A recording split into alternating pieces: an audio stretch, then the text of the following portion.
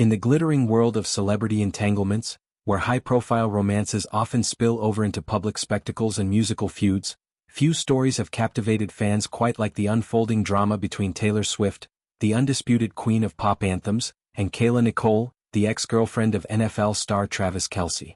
At the heart of this narrative lies a song that has sparked whispers of betrayal, a podcast episode laced with subtle shade, and now, what appears to be a tentative olive branch extended amid the ruins of rumored rift. Kayla Nicole, the poised 33-year-old media personality and sportscaster, has long navigated the treacherous waters of fame's undercurrents, but her latest comments suggest a desire to pivot from confrontation to collaboration, or at least peaceful coexistence.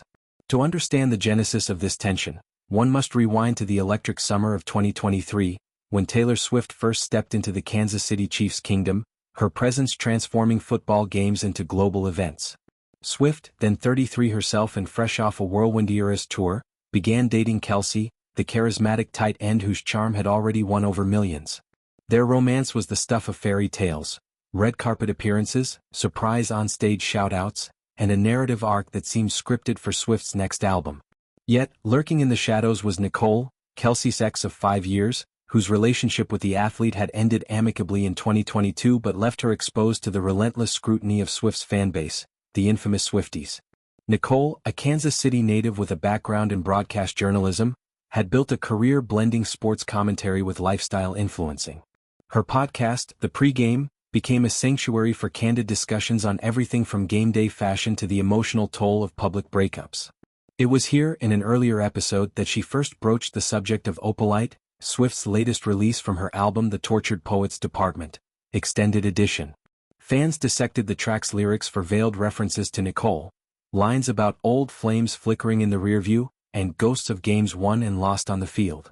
Nicole, ever the diplomat, alluded to the song without naming names, framing it within a broader conversation on social media vitriol. "I've faced hatred online that feels personal, like it's not just about me, but about narratives people build around relationships," she reflected, her voice steady but laced with vulnerability. This moment marked the first public acknowledgement of the perceived diss, igniting a firestorm on platforms like Twitter and TikTok, where users debated whether Swift had crossed a line from artistic expression into petty territory. The feud simmered quietly until the explosive online clash between rap titans Cardi B and Nicki Minaj reignited old wounds. What began as a Twitter spat over artistic credits escalated into a barrage of accusations, leaked DMs and deleted posts, drawing in celebrities and fans alike. Nicole, tuning into the chaos from her podcast studio, saw parallels that she couldn't ignore. In the October 10th episode of The Pre-Game, she dove headfirst into the drama, her tone a mix of exasperation and wry humor. "The rap girlies are beefing," she began, her laughter cutting through the tension like a halftime buzzer. But beneath the levity lay a pointed critique. "Y'all gotta shut up and get in the booth. They gotta shut up and get in the booth. I can't take this era of typing dissertations on Twitter.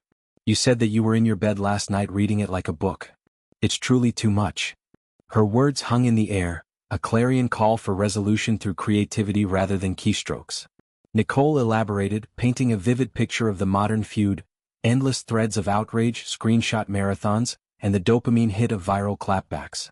"Take all those tweets into the studio with you, read them off over a track," she urged, her voice rising with genuine enthusiasm.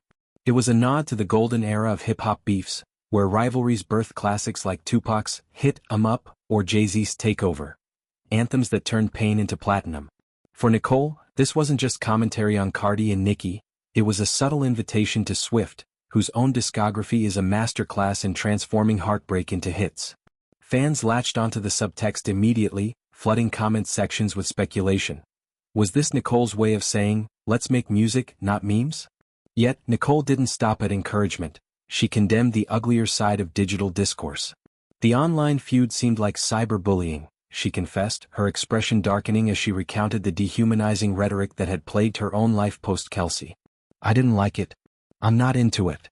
This admission resonated deeply, echoing her earlier podcast vulnerability where she described waking to thousands of anonymous messages branding her a homewrecker, or worse. For a woman who had cheered from the sidelines of Chiefs games, building a brand around empowerment and authenticity, the shift from fan favorite to villain was jarring. Swift, no stranger to scrutiny herself, has often woven themes of resilience into her work, from Reputation's defiant anthems to Folklore's introspective folk tales. But in Opalite, the lyrics struck a chord that felt too close to home for Nicole, prompting questions about where inspiration ends and invasion begins. As the podcast episode circulated, the internet did what it does best: amplified and analyzed. TikTok creators dissected Nicole's delivery, overlaying her quotes with clips of Swift's Eras Tour performances and Kelce's touchdown celebrations. Reddit threads in r/Taylor Swift and r/Chiefs exploded with theories, some defending Swift's right to artistic freedom, others sympathizing with Nicole's plight as collateral damage in a superstar's story. One viral post read, "Kayla's not throwing shade, she's throwing shade at shade. This is maturity in action."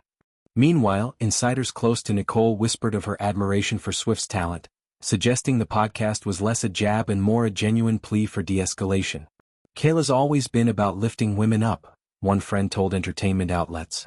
"If there's a rift, it's one-sided and she's ready to bridge it."